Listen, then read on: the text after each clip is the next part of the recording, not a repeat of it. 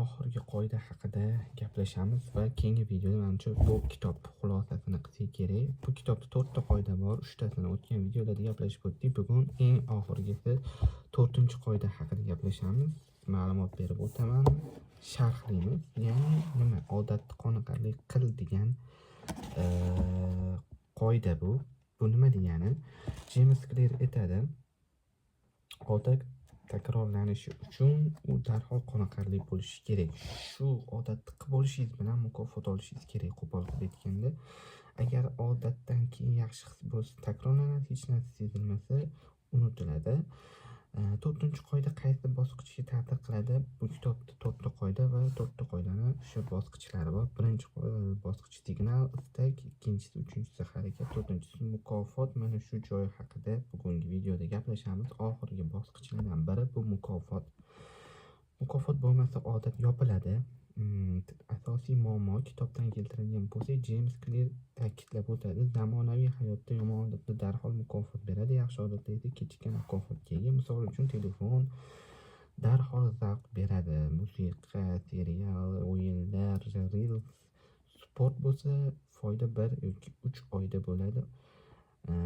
Bitta sport bilan shug'ullanib sobiq qolmaysiz yoki vazn tasholmaysiz. O'qish foydasi yilda bo'ladi. Misol uchun oddiy til o'rganishga ham kamida 1 yil vaqt ketadi. Miya esa hozir yoqimli bo'lsa qilaman deb qo'pol qilib aytganda aytadi. Yechim yaxshi odat darhol qoniqarli qilish uchun usullar berib o'tgan. Bu yerda birinchi usul odat kuzatuvi, ya'ni habit tracking deydi. Kitobdagi eng kuchli texnikalardan biri bu o'zi. Men ham o'zim ham qo'llayman. Qanday ishlaydi bu? Farq bajarganda belgilab qo'yasiz. Zanjir paydo bo'ladi, miya zanjir urish xohlamaydi. James Clear aytadi, o'sish ko'rinib tursa odat yashaydi deydi. Misol uchun kalendar, daftar, ilovalar ko'p. Tracking degan ilova bor yoki o'zingiz Telegramda yopiq guruh ochib, bitta o'zingiz o'rtog'ingiz qo'shib har kuni, birinchi kun, ikkinchi kun deb galочка qo'yib borsangiz, o'zingiz kod qilishingiz kerak va zanjir o'zingiz kelmay qoladi. Vaqt o'tgandan keyin, misol uchun 10 kun, 20 kun, 30 kun ketma-ket qilsangiz, darhol qoniqish hissini beradi bu. Shuning uchun bloknot bo'ladimi yoki yopishtirib qo'yasiz muhoningizga stikkerlar bilan birinchi, ikkinchi kun qilib, farqi yo'q. Muhimi har kuni qo'yib borib zanjir uzmasligi kerak. Ikkinchi usul bu zanjir uzma degan usul. Zanjir tabiiy qilganingizdan keyin qoidasi 1 marta o'tkazib yuborishingiz mumkin, lekin 2 marta ketma-ket mumkin emas. 2 marta ketma-ket qilmaslik mumkin emas. Baribir insonmiz, bir kun qoldirib qo'yamiz, lekin 2 marta ketma-ket har kuni qoldirish mumkin emas. Sababi odat identitga aylanadi deb yozilgan. Bu yerda 2 marta buzish yangi yomon odat degani. Bu qoldirib olish ehtimoli katta. James Clear aytadi, mukammallik emas, uzluksiz muhim deydi. Mayli, bugun 20 bet, 15 bet o'qolmagan bo'lsangiz ham 5 bet hech bo'lmasa o'qib qo'yishingiz shart. Muhimi qilib qo'yish shart, qancha qilishingizdan qat'iy nazar. 3-usul bu darhol kichik mukofot berish. Uzoq foyda ishlamaydi, hozirgi mukofot kerak. Buni aytdik boshida. Misol uchun sportdan keyin yoqimli dush qabul qilishingiz mumkin. Kitob o'qib bo'lgandan keyin choy ichishingiz mumkin, qahva ichishingiz mumkin yoki shirinlik qanaqadir yeyishingiz mumkin. Ishingiz tugagach 5 daqiqa dam olishingiz, serial ko'rishingiz, Instagram ko'rishingiz mumkin. Mayli, mukofotni bering. Kamroq bo'lsa ham mana shu odat, yaxshi odatdan keyin bering. Miya harakat yoqimli his va yana qilish xohlaydi. 4-usul bu progressni ko'rsat deydi. Bu yerda kitobdagi asosiy g'oya ko'rinadigan progress eng kuchli motivator. Ya'ni misol uchun o'qilgan sahifalar soni. Misol uchun kuniga 10 betdan o'qisangiz ham 10 kunda 100 bet bo'ladi.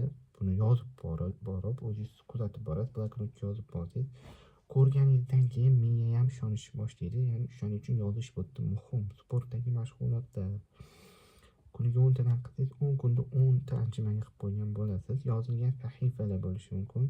Natija ko'rinsa qoniqish paydo bo'ladi va odatda ham o'zingiz kelmaydi katta ehtimol. 5-usul bu yomon odatni qoniqarsiz qil deydi. Ya'ni teskari ishlaydi. Yomon odatni yo'qotmoqchi bo'lsangiz qoniqarsiz qiling.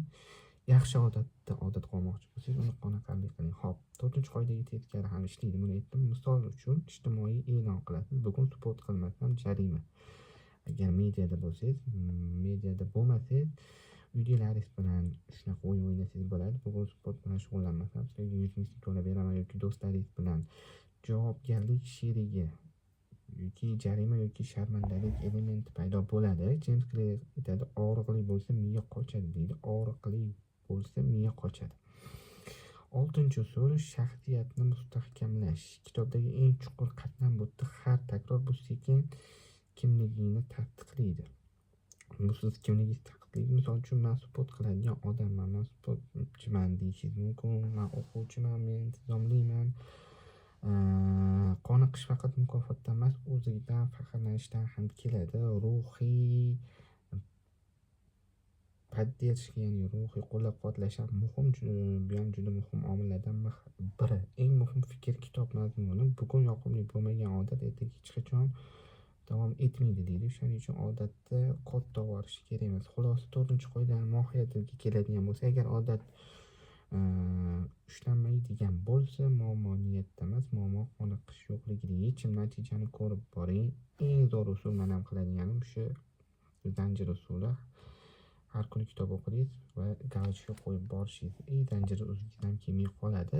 Bugungi videoda mana shu kitobdagi 4 qoidadan eng oxirgisini gaplashdik. O'tgan videolarda 3 talarni gaplashuvdik. Ovozim yaxshi kelmayotgan bo'lsa, telefonni o'zidan mikrofonni gapiryapman. Shu joygacha ko'rganingiz uchun rahmat.